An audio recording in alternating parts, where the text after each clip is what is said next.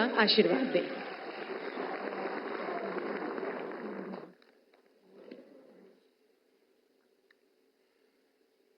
मंच पर विराजमान वित्त मंत्री निर्मला सीतारमण जी,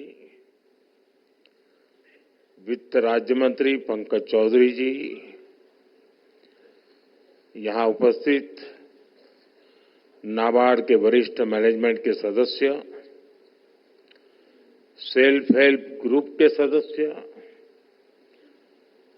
कोऑपरेटिव बैंक्स के सदस्य, किसान उत्पाद संघ एफपीओज के सदस्य, अन्य सभी महानुभाव, देवी और सज्जनों, आप सभी को वर्ष 2025 की बहुत बहुत शुभकामनाएं।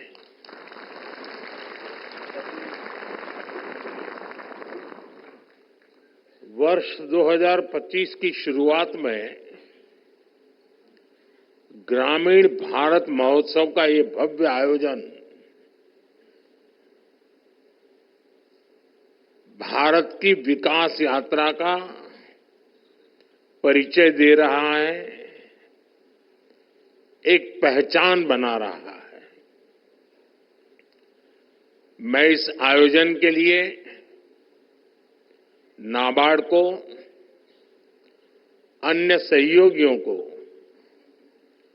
बहुत बहुत बधाई देता हूं। साथियों, हम में से जो लोग गांव से जुड़े हैं, गांव में पले बड़े हैं, वो जानते हैं कि भारत के गांवों की ताकत क्या है। जो गांव में बसा है, गांव भी उसके भीतर बस जाता है। जो गांव में जिया है, वो गांव को जीना भी जानता है। मेरा ये सौभाग्य रहा कि मेरा बचपन भी एक छोटे से कस्बे में एक साधारण परिवेश में बीता, और बाद में जब मैं घर से निकला तो भी अधिकांश समय देश के गांव देहात में ही गुजरा। और इसलिए मैंने गांव की समस्याओं को भी जिया है और गांव की संभावनाओं को भी जाना है। मैंने बचपन से देखा है कि गांव में लोग कितनी मेहनत करते रहे हैं, लेकिन पूंजी की कमी के कारण उन्हें पर्याप्त अवसर नहीं मिल पाते थे। मैंने देखा है गांव में लोगों की इतनी विविधताओं से भरा सामर्थ्य होता है, लेकिन वो सामर्थ्य जीवन की मूलभूत लड़ाइयों में ही खप जाता है। कभी प्राकृतिक आपदा के कारण फसल नहीं होती थी, कभी बाजार तक पहुंच न होने के कारण फसल फेंकनी पड़ती थी। इन परेशानियों को इतने करीब से देखने के कारण मेरे मन में गांव गरीब की सेवा का संकल्प जगा, उनकी समस्याओं के समाधान की प्रेरणा आई। आज देश के ग्रामीण इलाकों में जो काम हो रहे हैं, उनमें गांवों के सिखाए अनुभवों की भी भूमिका है। 2014 से मैं लगातार हर पल ग्रामीण भारत की सेवा में लगा हूं। गांव के लोगों को गरिमापूर्ण जीवन देना, ये मेरी सरकार की प्राथमिकता है। हमारा विजन है भारत के गांव के लोग सशक्त बने, उन्हें गांव में ही आगे बढ़ने के ज्यादा से ज्यादा अवसर मिले, उन्हें पलायन ना करना पड़े, गांव के लोगों का जीवन आसान हो। और इसलिए हमने गांव-गांव में मूलभूत सुविधाओं की गारंटी का अभियान चलाया। स्वच्छ भारत अभियान के जरिए हमने घर घर में शौचालय बनवाए। पीएम आवास योजना के तहत हमने ग्रामीण इलाकों में करोड़ों परिवारों को पक्के घर दिए। आज जल जीवन मिशन से लाखों गांवों के हर घर तक पीने का साफ पानी पहुंच रहा है। साथियों, आज 1.5 लाख से ज्यादा आयुष्मान आरोग्य मंदिरों में लोगों को स्वास्थ्य सेवाओं के बेहतर विकल्प मिल रहे हैं। हमने डिजिटल टेक्नोलॉजी की मदद से देश के बेस्ट डॉक्टर्स और हॉस्पिटल को भी गांवों से जोड़ा है, टेलीमेडिसिन का लाभ लिया है। ग्रामीण इलाकों में करोड़ों लोग ई संजीवनी के माध्यम से टेलीमेडिसिन का लाभ उठा चुके हैं। कोविड के समय दुनिया को लग रहा था कि भारत के गांव इस महामारी से कैसे निपटेंगे, लेकिन हमने हर गांव में आखिरी व्यक्ति तक वैक्सीन पहुंचाई।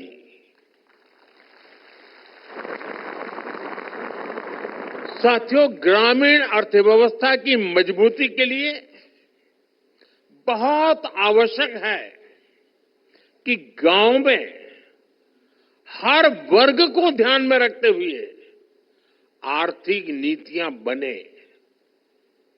मुझे खुशी है कि पिछले 10 साल में हमारी सरकार ने गांव के हर वर्ग के लिए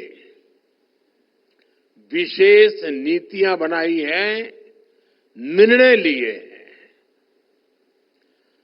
2-3 दिन पहले ही कैबिनेट ने पीएम फसल बीमा योजना को 1 वर्ष अधिक तक जारी रखने की मंजूरी दे दी।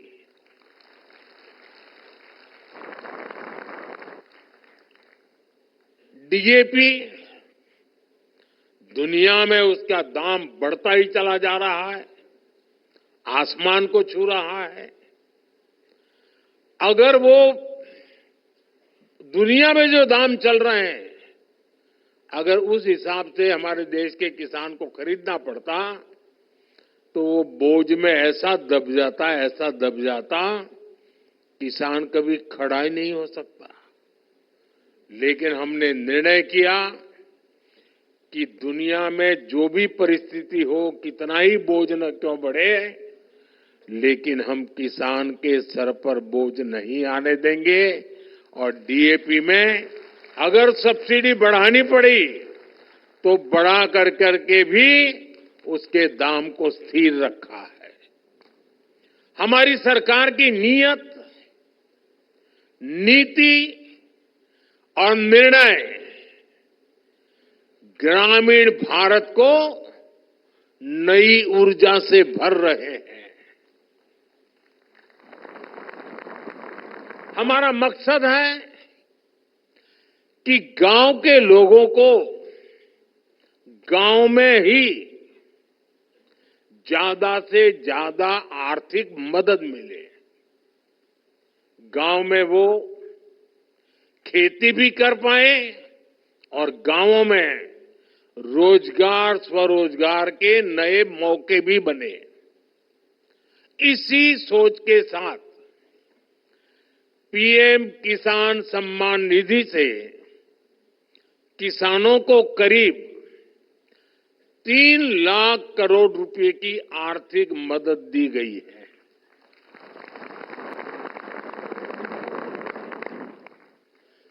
पिछले 10 वर्षों में कृषि लोन की राशि 3.5 गुना हो गई है। अब पशुपालकों और मत्स्य पालकों को भी किसान क्रेडिट कार्ड दिया जा रहा है। देश में मौजूद 9,000 से ज्यादा एफपीओ किसान उत्पाद संघ, उन्हें भी आर्थिक मदद दी जा रही है। हमने पिछले 10 सालों में कई फसलों पर निरंतर एमएसपी भी बढ़ाई है। साथियों, हमने स्वामित्व योजना जैसे अभियान भी शुरू किए हैं, जिनके जरिए गांव के लोगों को प्रॉपर्टी के पेपर्स मिल रहे हैं। पिछले 10 वर्षों में एमएसएमई को भी बढ़ावा देने वाली कई नीतियां लागू की गई हैं।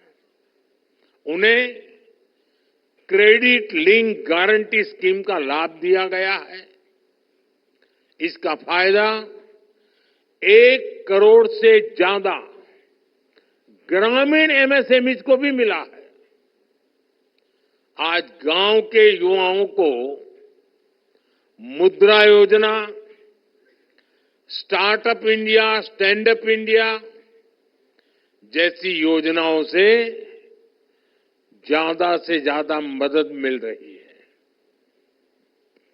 साथियों, गांवों की तस्वीर बदलने में कोऑपरेटिव्स का बहुत बड़ा योगदान रहा है। आज भारत सहकार से समृद्धि का रास्ता तय करने में जुटा है। इसी उद्देश्य से 2021 में अलग से नया सहकारिता मंत्रालय का गठन किया गया। देश के करीब 70,000 पैक्स को कंप्यूटराइज भी किया जा रहा है। मकसद यही है कि किसानों को, गांव के लोगों को अपने उत्पादों का बेहतर मूल्य मिले, ग्रामीण अर्थव्यवस्था मजबूत हो। साथियों, कृषि के अलावा भी हमारे गांव में अलग अलग तरह की पारंपरिक कला और कौशल से जुड़े हुए कितने ही लोग काम करते हैं। अब जैसे लोहार है, सुथार है, कुम्हार है, ये सब काम करने वाले ज्यादातर लोग गांव में ही रहते हुए आए। रूरल इकोनॉमी और लोकल इकोनॉमी में इनका बहुत बड़ा कंट्रीब्यूशन रहा है। लेकिन पहले इनकी भी लगातार उपेक्षा हुई। अब हम उन्हें नई स्किल उसमें ट्रेन करने के लिए, नए उत्पाद तैयार करने में लिए उनका सामर्थ्य बढ़ाने के लिए सस्ती दरों पर मदद देने के लिए विश्वकर्मा योजना चला रहे हैं। ये योजना देश के लाखों विश्वकर्मा साथियों को आगे बढ़ने का मौका दे रही है। साथियों, जब इरादे नेक होते हैं, नतीजे भी संतोष देने वाले होते हैं।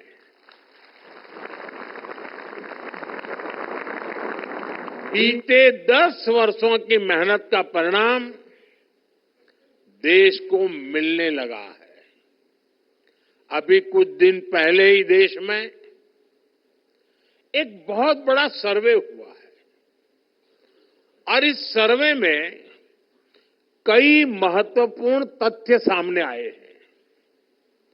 साल 2011 की तुलना में अब ग्रामीण भारत में कंजम्पशन, खपत, यानी कि गांव के लोगों की खरीद शक्ति पहले से लगभग 3 गुना बढ़ गई है। यानी गांव के लोग अपने पसंद की चीजें खरीदने में पहले से ज्यादा खर्च कर रहे हैं। पहले स्थिति ये थी कि गांव के लोगों को अपनी कमाई का 50% से ज्यादा हिस्सा, आधे से भी ज्यादा हिस्सा खाने पीने पर खर्च करना पड़ता था। लेकिन आजादी के बाद पहली बार ऐसा हुआ है कि ग्रामीण इलाकों में भी खाने पीने का खर्च 50% से कम हुआ है और जीवन की चीजें खरीदने की तरफ खर्चा बढ़ा है। इसका मतलब है लोग अपने शौक की, अपनी इच्छा की, अपनी आवश्यकता की जरूरत की और चीजें भी खरीद रहे हैं, अपना जीवन बेहतर बनाने पर खर्च कर रहे हैं। साथियों, इसी सर्वे में एक और बड़ी अहम बात सामने आई है। सर्वे के अनुसार शहर और गांव में होने वाली खपत का अंतर कम हुआ है। पहले शहर का एक प्रति परिवार जितना खर्च करके खरीद करता था और गांव का व्यक्ति जो करता था, बहुत फासला था। अब धीरे धीरे गांव वाला भी शहर वालों की बराबरी करने में लग गया है। हमारे निरंतर प्रयासों से अब गांव और शहरों का ये अंतर भी कम हो जा रहा है। ग्रामीण भारत में सफलता की ऐसी अनेक गाथाएं हैं जो हमें प्रेरित करती है। साथियों, आज जब मैं इन सफलताओं को देखता हूं तो ये भी सोचता हूं कि ये सारे काम पहले की सरकारों के समय भी तो हो सकते थे। मोदी का इंतजार करना पड़ा क्या?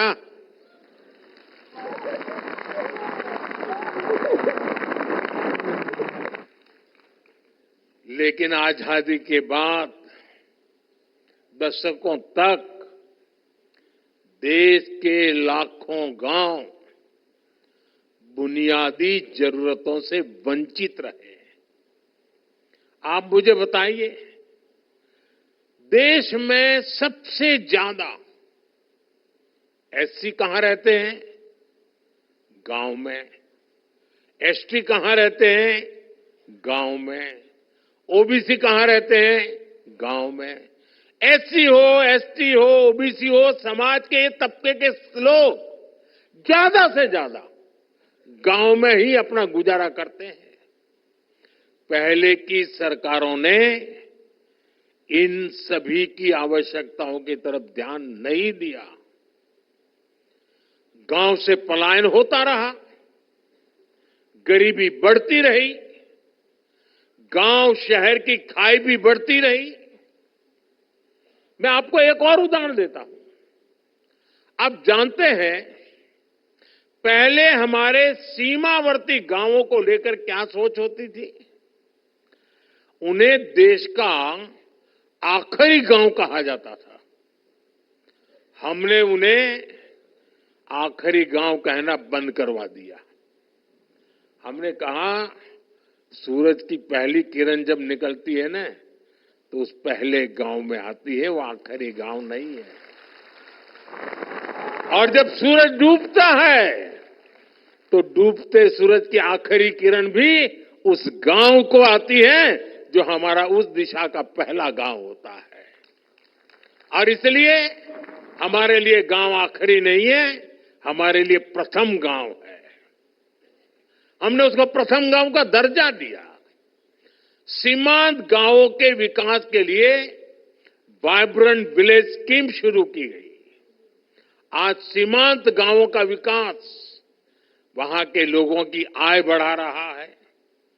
यानी जिन्हें किसी ने नहीं पूछा, उन्हें मोदी ने पूजा है।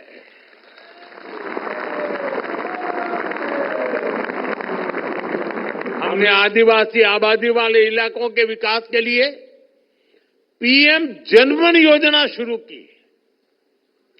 जो इलाके दशकों से विकास से वंचित थे, उन्हें अब बराबरी का हक मिल रहा है। पिछले 10 साल में हमारी सरकार द्वारा पहले की सरकारों की अनेक गलतियों को सुधारा गया है।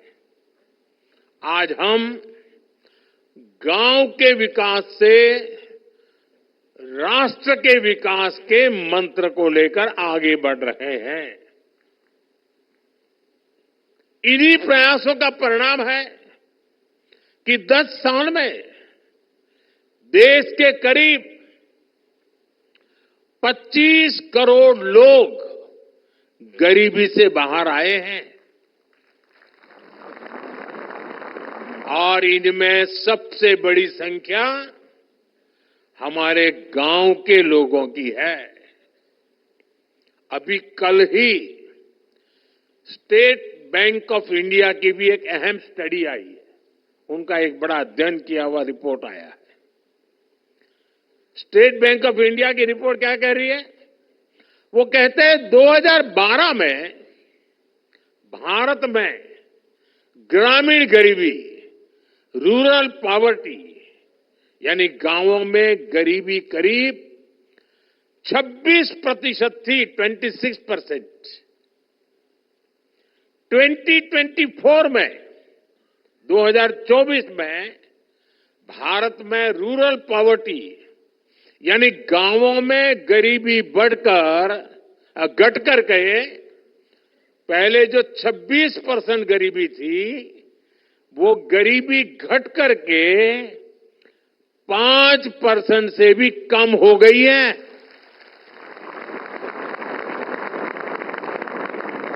हमारे यहां कुछ लोग दशकों तक गरीबी हटाओ के नारे देते रहे। आपके गांव में जो 70-80 साल के लोग होंगे, उनको पूछना, जब वो 15-20 साल के थे तब से सुनते आए हैं गरीबी हटाओ, गरीबी हटाओ। 80 साल के हो गए।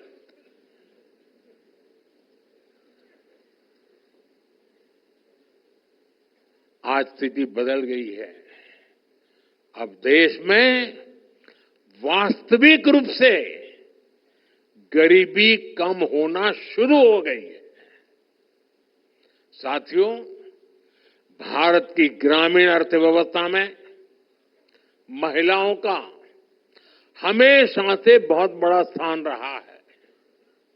हमारी सरकार इस भूमिका का और विस्तार कर रही है। आज हम देख रहे हैं, गांव में बैंक सखी और बीमा सखी के रूप में महिलाएं ग्रामीण जीवन को नए सिरे से परिभाषित कर रही है। मैं एक बार एक बैंक सखी को मिला, सब बैंक सखियों से बात कर रहा था, तो एक बैंक सखी ने कहा वो गांव के अंदर रोजाना 50 लाख, 60 लाख, 70 लाख रुपए का कारोबार करती है। तो मैंने कहा कैसे? नहीं, बोले सुबह 50 लाख रुपया लेके निकलती हूं।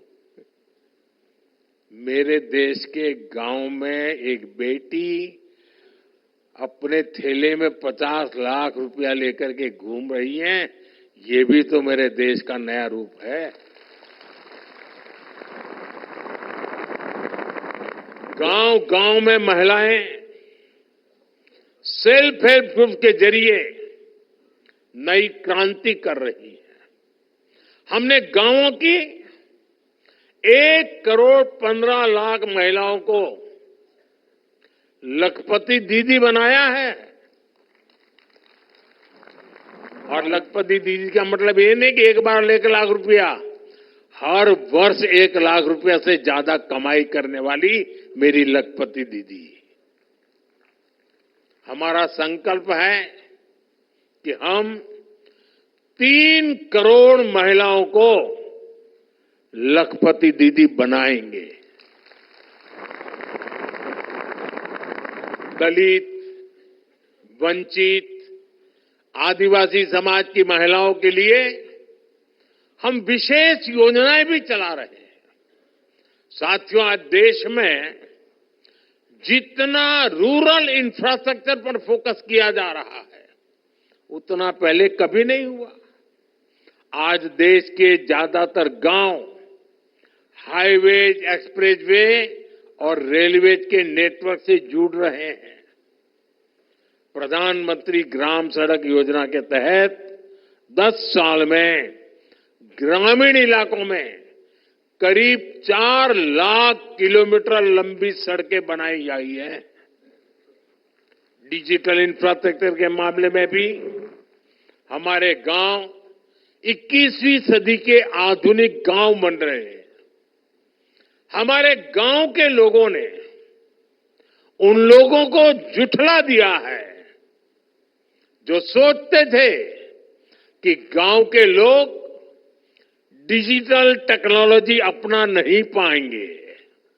मैं यहां देख रहा हूं सब लोग मोबाइल फोन से वीडियो उतार रहे हैं, सब गांव के लोग हैं।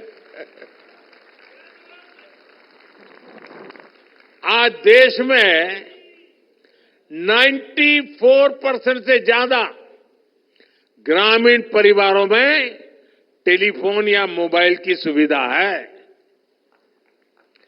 गांव में ही बैंकिंग सेवाएं और यूपीआई जैसी वर्ल्ड क्लास टेक्नोलॉजी उपलब्ध है।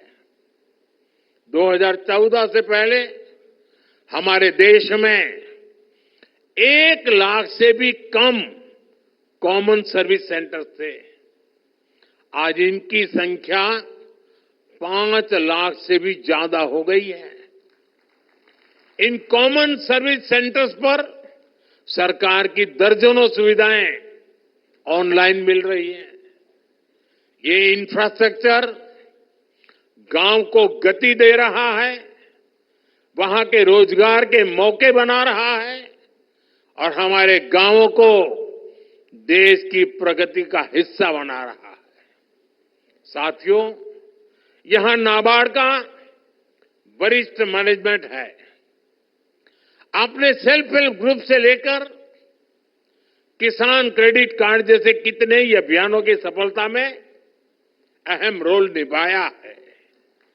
आगे भी देश के संकल्पों को पूरा करने में आपकी अहम भूमिका होगी। आप सभी एफपीओ किसान उत्पाद संघ की ताकत से परिचित हैं। एफपीओ की व्यवस्था बनने से हमारे किसानों को अपनी फसलों का अच्छा दाम मिल रहा है। हमें ऐसे और एफपीओ बनाने के बारे में सोचना चाहिए, उस दिशा में आगे बढ़ना चाहिए। आज दूध का उत्पादन किसानों को सबसे ज्यादा रिटर्न दे रहा है। हमें अमूल के जैसे 5-6 और कोऑपरेटिव्स बनाने के लिए काम करना होगा, जिनकी पहुंच पूरे भारत में हो। इस समय देश प्राकृतिक खेती, नेचुरल फार्मिंग का उसको मिशन मोड में आगे बढ़ा रहा है। हमें नेचुरल फार्मिंग के इस अभियान से ज्यादा किसानों को जोड़ना होगा। हमें हमारे सेल्फ हेल्प ग्रुप्स को, लघु और सूक्ष्म उद्योगों को एमएसएमई से जोड़ना होगा। उनके सामानों की जरूरत सारे देश में है, लेकिन हमें इनकी ब्रांडिंग के लिए, इनकी सही मार्केटिंग के लिए काम करना होगा। हमें अपने जीआई प्रोडक्ट्स की क्वालिटी, उनकी पैकेजिंग और ब्रांडिंग पर भी ध्यान देना होगा। साथियों, हमें रूरल इनकम को डाइवर्सिफाई करने के तरीकों पर काम करना है। गांव में सिंचाई कैसे अफोर्डेबल बने, माइक्रो इरिगेशन का ज्यादा से ज्यादा कैसे प्रसार हो, वन ड्रॉप मोर क्रॉप, इस मंत्र को हम कैसे साकार करें। हमारे यहां ज्यादा से ज्यादा सरल ग्रामीण क्षेत्र के रूरल एंटरप्राइज क्रिएट हो, नेचुरल फार्मिंग के अवसरों का ज्यादा से ज्यादा लाभ रूरल इकोनॉमी को मिले। आप इस दिशा में टाइम बाउंड मैनर में काम करें। साथियों, आपके गांव में जो अमृत सरोवर बना है, तो उसकी देखभाल भी पूरे गांव को मिलकर करनी चाहिए। इन दिनों देश में एक पेड़ मां के नाम अभियान भी चल रहा है। गांव के हर व्यक्ति इस अभियान का हिस्सा बने, हमारे गांव में ज्यादा से ज्यादा पेड़ लगे, ऐसी भावना जगाना बहुत जरूरी है। एक और सबसे महत्वपूर्ण बात, हमारे गांव की पहचान गांव के सौहार्द और प्रेम से जुड़ी होती है। इन दिनों कई लोग जाति के नाम पर समाज में जहर घोलना चाहते हैं, हमारे सामाजिक ताने बाने को कमजोर बनाना चाहते हैं। हमें इन षड्यंत्रों को विफल बनाकर गांव की साझी विरासत, गांव की साझी संस्कृति को हमें जीवंत रखना है, उसको सशक्त करना है। भाइयों बहनों, हमारे ये संकल्प गांव गांव पहुंचे। ग्रामीण भारत का ये उत्सव गांव गांव पहुंचे। हमारे गांव निरंतर सशक्त हो, इसके लिए हम सबको मिलकर के लगातार काम कर रहा है। मुझे विश्वास है, गांवों के विकास से विकसित भारत का संकल्प जरूर साकार होगा।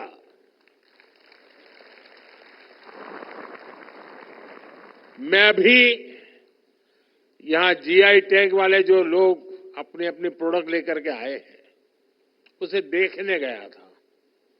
मैं आज इस समारोह के माध्यम से दिल्ली वासियों से आग्रह करूंगा कि आपको शायद गांव देखने का मौका न मिलता हो, गांव जाने का मौका न मिलता हो, कम से कम यहां एक बार आइए और मेरे गांव में सामर्थ्य क्या है जरा देखिए।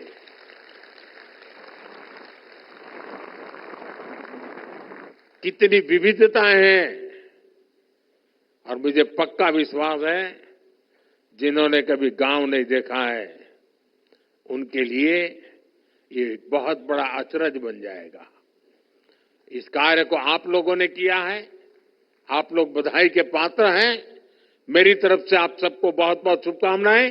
बहुत बहुत धन्यवाद। बहुत बहुत धन्यवाद माननीय प्रधानमंत्री जी। ग्रामीण भारत के प्रति अपनी संवेदनशीलता और आपने अपने गांव के अनुभव हमारे साथ साझा कर हर एक ग्राम वासी को ये विश्वास दिलाया कि उनका पंत प्रधान उनके साथ खड़ा है। आपकी दूरदर्शी सोच, नीतियां और प्रतिबद्धता ये सुनिश्चित करती है कि न केवल ग्रामीण क्षेत्रों की समस्याओं को समझा जाए बल्कि उनका समाधान भी प्रभावी ढंग से